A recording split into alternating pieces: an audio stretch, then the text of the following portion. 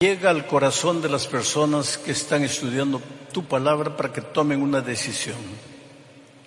Sacude a aquellos que todavía están resistentes a tu llamado divino.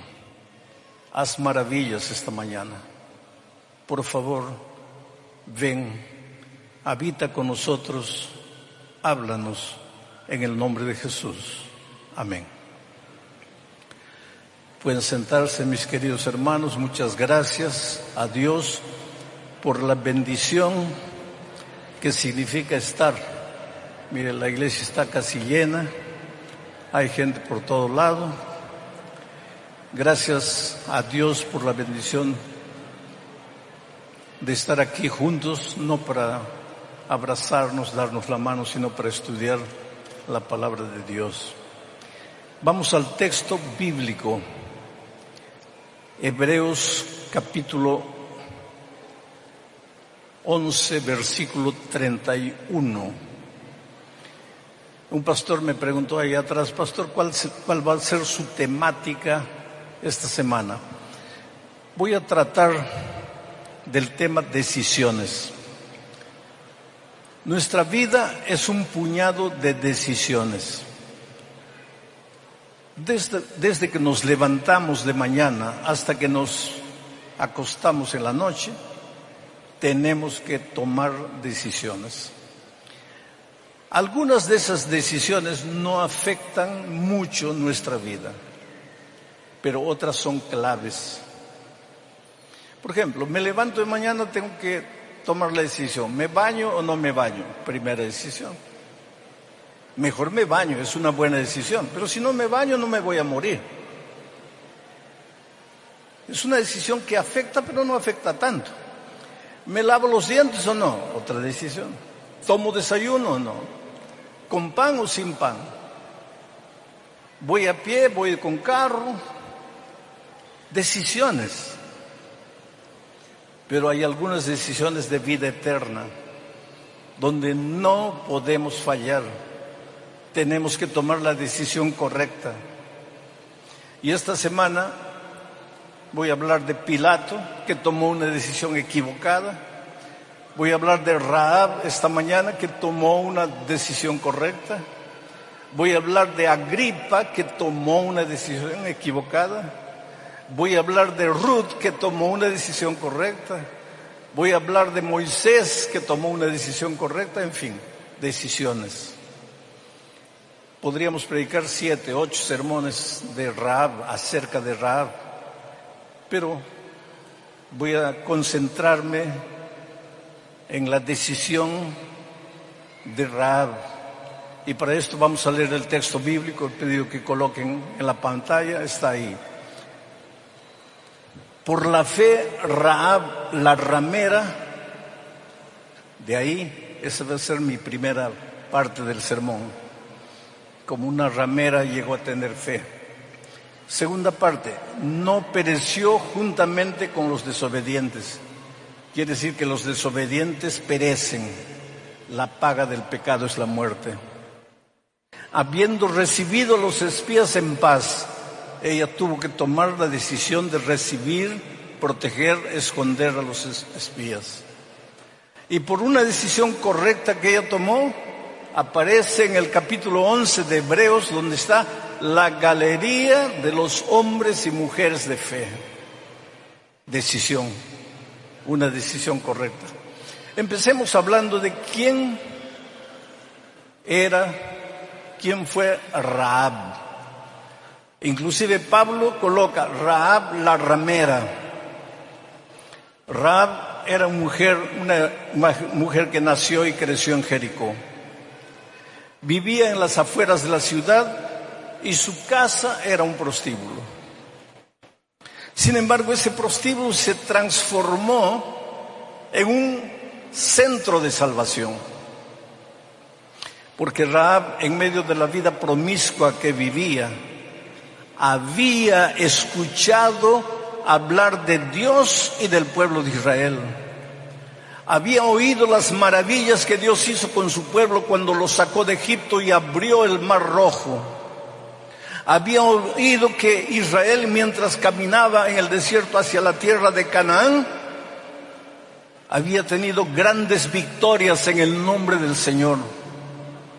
Había oído que la tierra de Canaán era la tierra que Dios le había prometido a su pueblo. Y a pesar de la vida promiscua que vivía, Rahab tuvo la capacidad de levantar los ojos y ver más allá de este mundo y de descubrir que hay un Dios creador de los cielos y de la tierra. Porque los dioses que los cananeos seguían y adoraban no llenaban la vida de las personas. Rahab era una mujer vacía, buscaba algo mejor. En medio de la oscuridad en que vivía, buscaba algo mejor, ansiaba por algo mejor, luchaba por algo mejor. Y cuando Josué llegó al borde de Jericó, envió espías. Y cuando Rahab se enteró que esos espías eran parte del pueblo de Dios, los escondió, los protegió, los subió al terrazo de la casa y los defendió. Les dijo: yo sé que el Dios de ustedes es el Dios creador del cielo y de la tierra. Yo sé que Dios les ha prometido esta tierra. Yo sé las cosas maravillosas que su Dios ha hecho. Yo quiero ese Dios para mí. Yo sé que hagamos lo que hagamos, los jericoenses no vamos a resistir al Señor de los ejércitos. Entonces yo quisiera que cuando los ejércitos de Israel entrasen, por favor tuvieran compasión de mí, que tuviesen piedad de mi pueblo. Y los espías le dijeron: muy bien, por este cordón rojo que tú has preparado desde la ventana para que nosotros podamos salir, por este mismo cordón rojo, cuando el pueblo de Israel llegue, ustedes cuelguen este cordón de la ventana. Y el pueblo de Israel, el ejército, va a tener una orden. Van a destruir todo lo que existe aquí, pero no van a tocar la casa donde cuelga el cordón rojo. Esta es la historia. Pero todas las historias de la Biblia, de una manera o de otra, traen lecciones relacionadas con la salvación.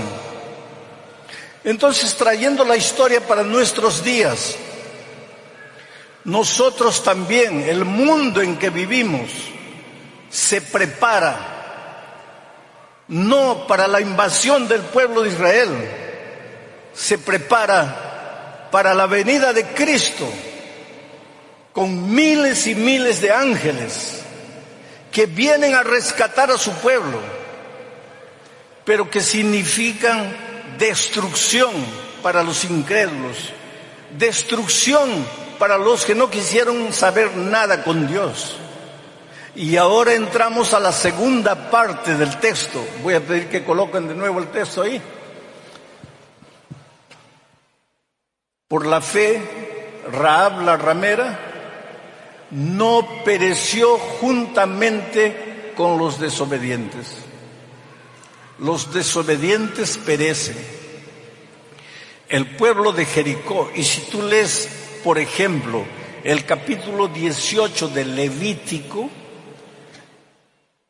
vas a quedar horrorizado con la descripción de los pecados que los cananeos cometían. La muerte no es la muerte eterna, no es el castigo de Dios. Yo quiero que ustedes raciocinen un poco. Dios es vida. ¿Y qué es la vida? ausencia de muerte. Y si Dios es vida, en Él no hay muerte. Y si Él no tiene la muerte, porque Él es la vida, ¿cómo te va a dar la muerte?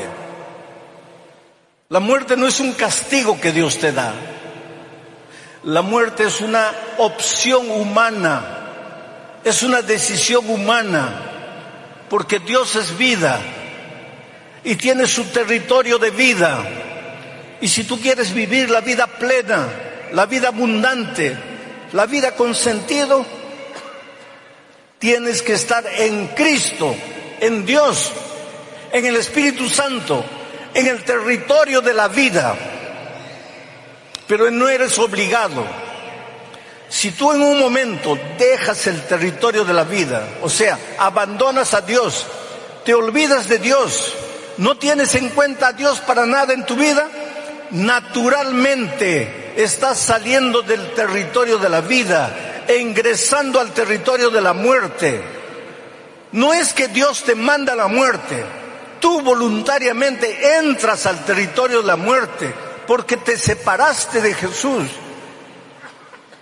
porque lo negaste, porque lo abandonaste, porque no le tienes en cuenta para nada. Entraste al territorio de la muerte. Aquí no está Dios.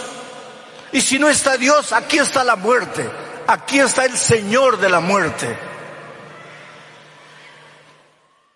Los habitantes de Jericó, descritos en parte en Levítico 18, en este territorio de muerte pues no hay reglas. Aquí no hay normas, aquí no hay valores, o si los hay, están de cabeza para abajo. Aquí cada uno sigue su impulso, aquí cada uno es arrastrado por la carne, aquí cada uno vive siguiendo sus propios instintos humanos. Y este es camino directo a la muerte. Los habitantes de Jericó estaban aquí en el territorio de la muerte. Por eso el texto bíblico, voy a volver al texto nuevamente, dice que Rahab no pereció, perecieron los habitantes de Jericó. ¿Pero por qué perecieron? Porque ellos desobedecieron a Dios. En otras palabras, ellos pecaron contra Dios. En otras palabras, ellos se apartaron de Dios, ellos se separaron de Dios, abandonaron a Dios, dejaron a Dios, ingresaron al territorio de la muerte. Hoy día nos horrorizamos cuando pensamos cómo fue Dios capaz de matar tanta gente. Dios no mató a nadie. Ese pueblo ya estaba muerto, ese pueblo ya no vivía, ese pueblo sobrevivía. Ese pueblo descrito en Levítico 18 podría morir de cualquier forma, porque hace rato que ya no tenían vida, porque la verdadera vida está aquí en el Señor Jesucristo. Sin embargo, Rahab se salvó. ¿Y por qué se salvó? Porque cuando ella protegió a los espías y los hizo bajar por el cordón rojo, miren lo que los espías le dijeron a Rahab. Y ahora vamos a leer otro texto, el texto de Josué capítulo 2 versículo 18. Estas son palabras de los espías a Rahab. Le dijeron: he aquí, cuando nosotros entremos en la tierra, el pueblo de Israel, tú, Rahab, atarás este cordón de grana, cordón rojo, con cordón color de sangre, cordón escarlata. Tú atarás este cordón de grana a la ventana por la cual nos descolgaste, y reunirás en tu casa a tu padre y a tu madre y a tus hermanos y a toda la familia de tu padre. Y si sigues leyendo el texto para abajo, encontrarías que los espías le dijeron: cuando el ejército entre, no tocará la casa donde cuelgue el cordón rojo. Ese cordón rojo es símbolo de la sangre preciosa de Jesucristo. Es símbolo de la gracia maravillosa de Jesucristo. Sin derramamiento de sangre no hay remisión de pecados. Cuando el pueblo de Israel fue libertado de Egipto, Dios le dio la misma orden a los egipcios. Tomen sangre, la sangre del Cordero, que simboliza al Cordero de Dios que quita el pecado del mundo, y mojen el dintel de la puerta de la casa donde hay primogénitos. Y cuando el ángel destructor llegue a medianoche exterminando los primogénitos, no tocará a los primogénitos que estén en las casas manchadas de sangre.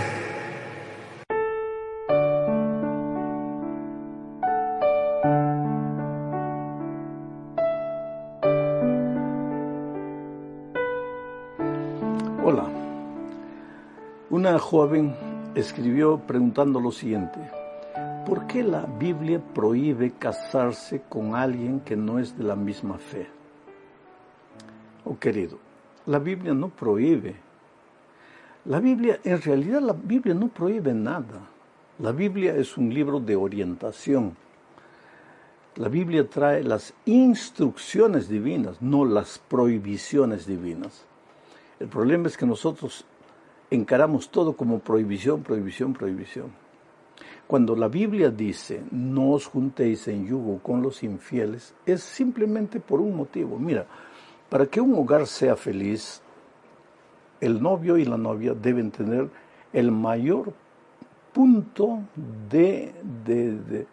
en común en los diferentes aspectos de la vida. La misma cultura, el mismo nivel social, la misma formación, la misma fe, esto es básico. ¿Quiere decir que usted está haciendo discriminación? No estoy diciendo que un rico tiene que casarse con un rico, un pobre tiene que casarse con un pobre, no. Pero para que una pareja sea feliz tienen que tener el mayor número de puntos en común, especialmente en el asunto de la fe. Ahora, si así mismo, teniendo el mayor número de puntos en común, ya hay dificultades, la vida matrimonial ya es un desafío de adaptación, y muchas veces al primer año, al segundo, tercer, cuarto año ya se están separando las parejas. Imagínate cuando no hay puntos en común entre ambos novios y llegaron al matrimonio solo llevados por la atracción física. Especialmente cuando el fundamento de la vida cristiana es la fe. Yo siempre digo, un matrimonio para tener éxito, para ser un matrimonio feliz, no tiene que tener solo dos personas, tiene que tener tres. El hombre, la mujer y Cristo, porque en la medida en que ambos amen a Cristo, se van a amar uno al otro. Pero si uno cree en Jesús y el otro no cree en Jesús, ¿cómo va a funcionar eso? Entonces el consejo divino es, hijo, yo quiero que seas feliz. Trata de buscar una persona que tenga el mayor número de puntos en común contigo, especialmente que tenga la misma fe, que amen al mismo Dios, que sirvan al mismo Dios, que tengan la misma opinión con relación a las instrucciones divinas. Porque de otro modo uno va a pensar, este consejo divino es bueno, pero el otro va a pensar, eso es una tontería, y ahí ya comienzan las divergencias. Que Dios te bendiga. Vamos hoy a la lección número 9 para el 1 de junio del año 2024. El título de la lección es El fundamento del gobierno de Dios.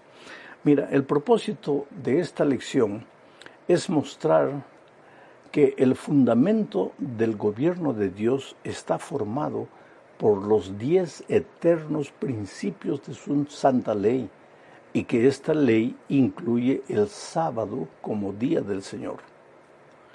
Oh querido, la salvación nada más es que el rescate de los prisioneros y los condenados por el pecado.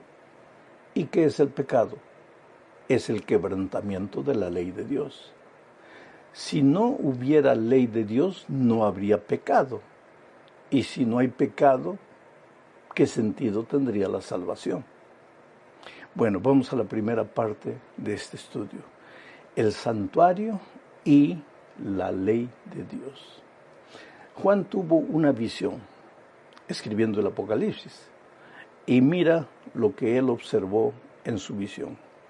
Apocalipsis 11, 19 dice: y el templo de Dios fue abierto en el cielo, y el arca de su pacto se veía en el templo, y hubo relámpagos, voces, truenos, un terremoto y grande granizo. ¿Te das cuenta? Juan en su visión vio el santuario, el templo de Dios allá en el cielo, y en el lugar santísimo estaba el arca, así como en esta tierra también, en el lugar santísimo del santuario estaba el arca. Juan vio el arca. Ahora mi pregunta es, ¿qué había dentro del arca? ¿Dónde se encontraba la ley de Dios en los tiempos de Israel? Dentro del arca. Mira lo que dice Deuteronomio capítulo 10, versículos 3 al 5. Leo. Entonces, dice Moisés, hice un arca de madera de acacia y labré 2 tablas de piedra como las primeras, siguiendo las instrucciones divinas, ¿no? Después subí al monte con las 2 tablas en mi mano, y él, Dios, escribió en las tablas lo mismo que estaba escrito en las primeras tablas que fueron quebradas. O sea, escribió los 10 mandamientos que el Señor les había hablado en el monte, de en medio del fuego, el día de la asamblea. Luego el Señor me las dio. Di vuelta y descendí del monte y puse las tablas de piedra con la ley de Dios, ¿no?, en el arca que había hecho. Allí están como el Señor me mandó. O sea, en el tiempo de Israel, Dios le ordenó a Moisés colocar las tablas de piedra dentro del arca. Las tablas de piedra donde Dios escribió los 10 mandamientos estaban dentro del arca. A donde el arca iban las tablas de piedra. Muchos cristianos sinceros encuentran apoyo en la Biblia para decir que cuando Cristo vino y murió en la cruz del Calvario, clavó la ley de Dios en la cruz y que a partir de ahí la ley ya no tiene validad. Sin embargo, en Apocalipsis, que leímos el primer texto, Juan vio en el cielo el santuario de Dios. Y en el lugar santísimo vio el arca. Y pues dentro del arca está la ley. Quiere decir que la ley es eterna. La ley no cambia. La ley que Dios escribió en tablas de piedra es la misma ley que tenemos hoy. Quiere decir, los principios de esa ley rigen para todos los seres humanos. Esto es lo que se menciona en la segunda parte de este estudio al hablar de la inmutabilidad de la ley de Dios. O sea, que la ley de Dios no muda, la eternidad de la ley de Dios. Mira lo que dice Mateo capítulo 5, versículos 17 y 18. Y estas son palabras del propio Señor Jesucristo. Voy a tratar de comentar lo menos para respetar lo que el Señor Jesucristo dijo. No piensen, dijo Jesús, no piensen. Así que si tú eres uno de los que piensa, ahí escucha las palabras de Jesús que te dice, no piensen. No piensen que he venido para abrogar la ley o los profetas. Vuelvo a repetir, si tú eres alguno de los que piensa que la ley ya no tiene validad, escucha las palabras de Jesús que te dice, no piensen que he venido para abrogar la ley o los profetas. No he venido para abrogar, sino para cumplir. De cierto les digo que hasta que pasen el cielo y la tierra, ni siquiera una jota, ni una tilde pasará de la ley hasta que todo se haya cumplido. ¿Y cuándo es que todo será cumplido? Cuando el Señor Jesucristo vuelva. Quiere decir que en el cielo ya no habrá ley. No, no estoy diciendo esto. Pero los 10 eternos principios de la ley de Dios seguirán existiendo, tal vez no con la letra que tenemos hoy. Porque te digo una cosa, si la ley es eterna, ¿qué cosa es algo eterno? Algo que no tiene principio y no tiene fin. En el cielo, cuando solo existía Lucifer y los ángeles, ¿existían los principios de la ley de Dios? Claro que sí, porque si el pecado es el quebrantamiento de la ley, y Lucifer pecó, quiere decir que él quebró la ley allá en el cielo. ¿Existían los 10 principios? Sí. ¿Cuál fue el principio que Lucifer quebró? Tal vez el principio de la lealtad, de la fidelidad. Pero él quebró y por eso pecó. ¿Adán y Eva tenían los 10 principios? Claro que sí. La ley no había sido dada, solo fue dada en el Sinaí. Pero Adán y Eva pecaron, claro. ¿Y por qué pecaron? Porque quebrantaron la ley. En el pueblo de Israel ellos ya tenían las tablas escritas. Para el pueblo cristiano queda todavía los principios eternos. Lo vamos a ver un poco más adelante de la ley de Dios. Y en el cielo los eternos principios seguirán vigentes. ¿Por qué? Porque la ley de Dios es el reflejo del carácter de Dios. Y si la ley de Dios desaparece, desaparece su reflejo, el reflejo de su carácter. Y si desaparece el carácter de Dios, pues desaparece Dios. No tiene sentido la existencia de Dios sin su carácter, y la ley es el reflejo de su carácter. Voy a leer algo que dijo John Wesley, predicador tremendo, famoso, poderoso del siglo XVIII. John Wesley no era adventista, la iglesia adventista ni había aparecido todavía. Mira lo que John Wesley escribió o escribieron, registraron las palabras de él en una colección de sermones publicada por Nashville TN en la ciudad de Abington, por la Abington Press en el año 1991. Esto que voy a leer está en la página 208 y 209 de ese libro. Dice así: la ley ritual o ceremonial entregada por Moisés a los hijos de Israel, que contenía todos los mandatos y las ordenanzas relacionados con los antiguos sacrificios y el servicio del templo, nuestro Señor verdaderamente vino a destruirla y disolverla y abolirla por completo. Pero la ley moral contenida en los 10 mandamientos e impuesta por los profetas no la eliminó. No fue el designio de su venida revocar ninguna parte de ella. Esta es una ley que nunca puede ser quebrantada. Cada parte de esta ley debe permanecer vigente sobre toda la humanidad y en todas las épocas, ya que no depende ni del tiempo, ni del lugar, ni de ninguna otra circunstancia susceptible de cambio. Estas son palabras de John Wesley, un predicador que no era adventista, pero que encontró en la palabra de Dios la eternidad de la ley de Dios.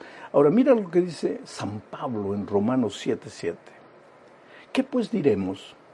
¿Que la ley es pecado? De ninguna manera. Al contrario, yo no habría conocido el pecado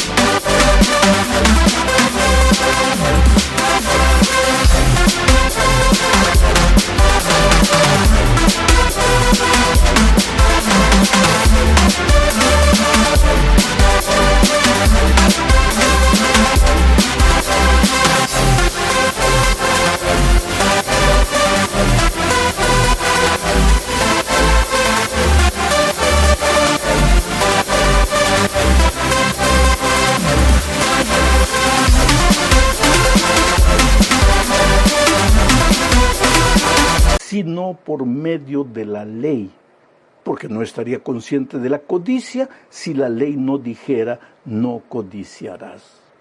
¿De qué ley está hablando Pablo aquí? ¿En qué ley dice no codiciarás? En la ley de los 10 mandamientos.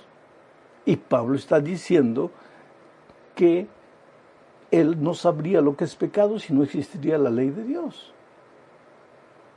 Entonces está claro y completa en Romanos 3:31 diciendo, luego, ¿invalidamos la ley por la fe? De ninguna manera, más bien confirmamos la ley. O sea, la gracia de Cristo no anula la ley. Somos salvos únicamente por la gracia de Cristo. Pero si hemos sido salvos por la gracia de Cristo, vamos a vivir una vida de obediencia a los 10 eternos principios de su ley, entre los cuales está el sábado. Y esta es la tercera parte de nuestro estudio. Para esto voy a leer Santiago 2, 11 y 12. Y voy a leer este texto porque el otro día alguien me hizo una pregunta interesantísima. La pregunta fue la siguiente: pastor, muéstreme un versículo de la Biblia, del Nuevo Testamento, muéstreme un versículo del Nuevo Testamento donde diga que el sábado continúa siendo el día del Señor. Muéstreme un solo versículo. Yo te haría la pregunta de otra manera. Muéstrame un solo versículo en el Nuevo Testamento donde diga que porque el Señor Jesucristo resucitó el domingo, o porque el Señor Jesucristo se reunió en algunas ocasiones con sus discípulos el domingo, el sábado deja de ser el día del Señor y comienza a ser el domingo. Muéstrame. Pero el Antiguo Testamento está lleno de versículos que muestran que el sábado es el día del Señor. Y ahora mira lo que dice Santiago 2, 10 y 11. Porque cualquiera que guarda toda la ley, pero ofende en un solo punto, se ha hecho culpable de todo. Porque el que dijo, no cometas adulterio, también dijo, no cometas homicidio. Y si no cometes adulterio, pero cometes homicidio, te has hecho transgresor de la ley. ¿En qué ley están estos dos mandamientos? No cometas homicidio, no cometas adulterio. En los 10 mandamientos de la ley de Dios, donde también está el sábado. Ahora, usando las palabras de Santiago, diríamos, el que dijo no cometas adulterio, dijo también guarda el sábado.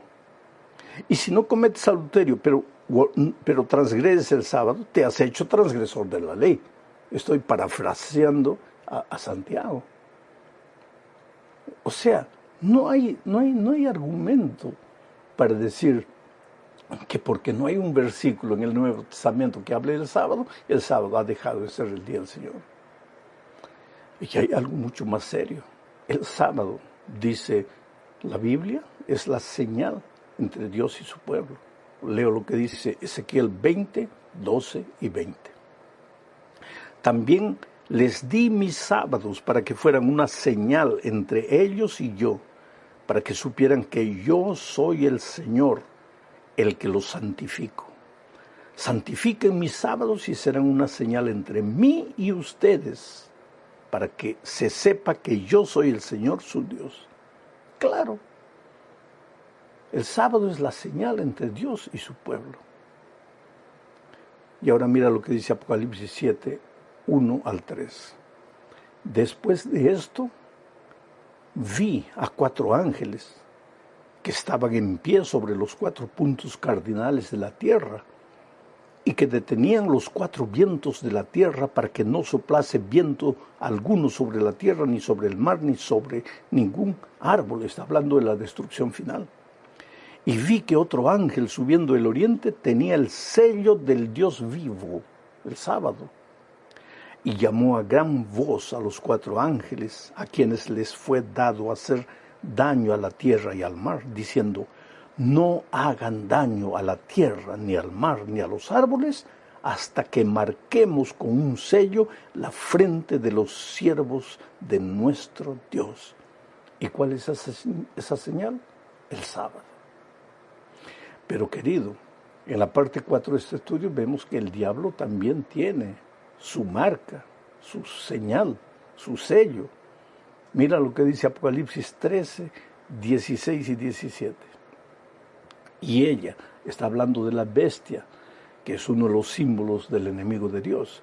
Y ella hace que a todos, a pequeños y a grandes, a ricos y a pobres, a libres y a esclavos, se les ponga una marca en la mano derecha o en la frente, y que nadie pueda comprar ni vender, sino el que tenga la marca, es decir, el nombre de la bestia o el número de su nombre. Es interesante que mientras el sello de Dios es colocado en aquel que quiere, en aquel que desea, en aquel que acepta, la marca de la bestia es colocado por la fuerza en todas las personas. ¿Y qué con relación a los que creen en Cristo? No, sobre ellos el diablo no tiene poder. Pero para tener el sello de Dios tienes que aceptar al Señor Jesús como tu Salvador. Y tienes que aceptar su palabra y sus enseñanzas. Visions of lavender skies and galaxies unknown. The reality bends in imagination zone.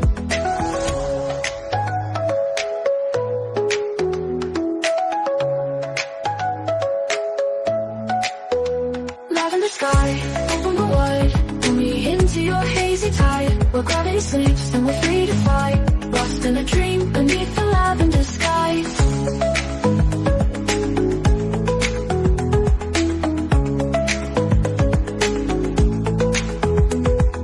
Streetlights flicker on, casting shadows long. But my mind's adrift, carried by a distant song. A melody woven from stardust and light, guiding me onward through the velvet night. And I feel it in my soul, a sense of release, as the weight of the world finds a moment of peace. The boundaries blur between what's real and surreal, in this lavender haze where all things feel.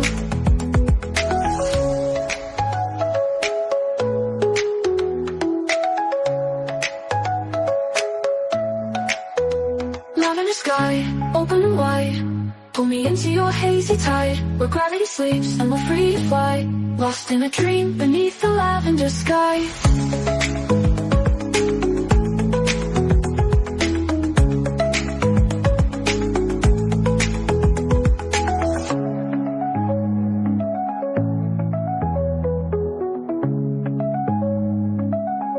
In the darkness, we're lost and found. Whispers echo, a haunting sound. Layers of vocals floating in the air, lost in the moment without a care.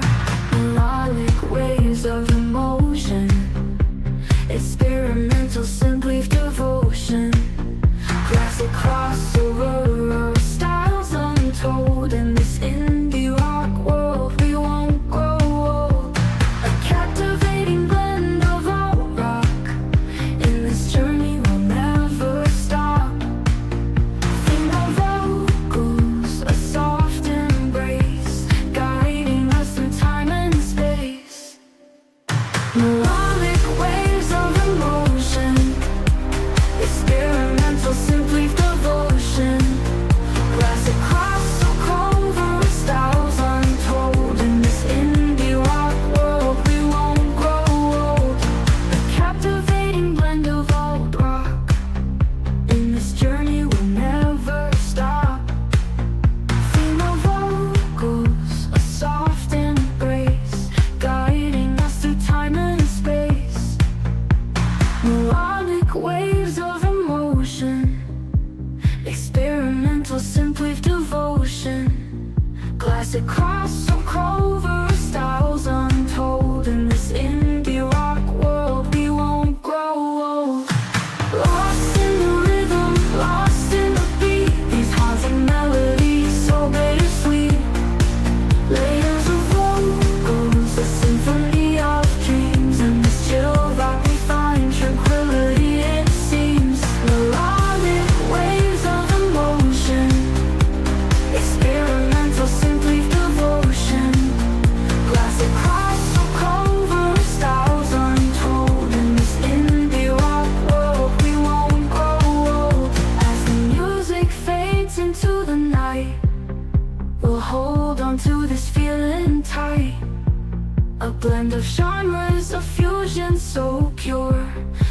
this chill style will endure.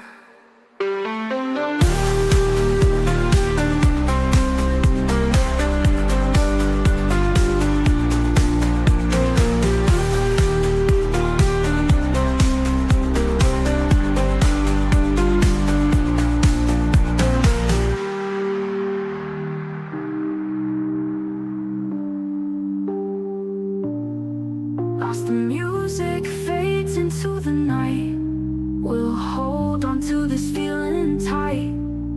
A blend of genres, a fusion so pure. In this chill style will endure.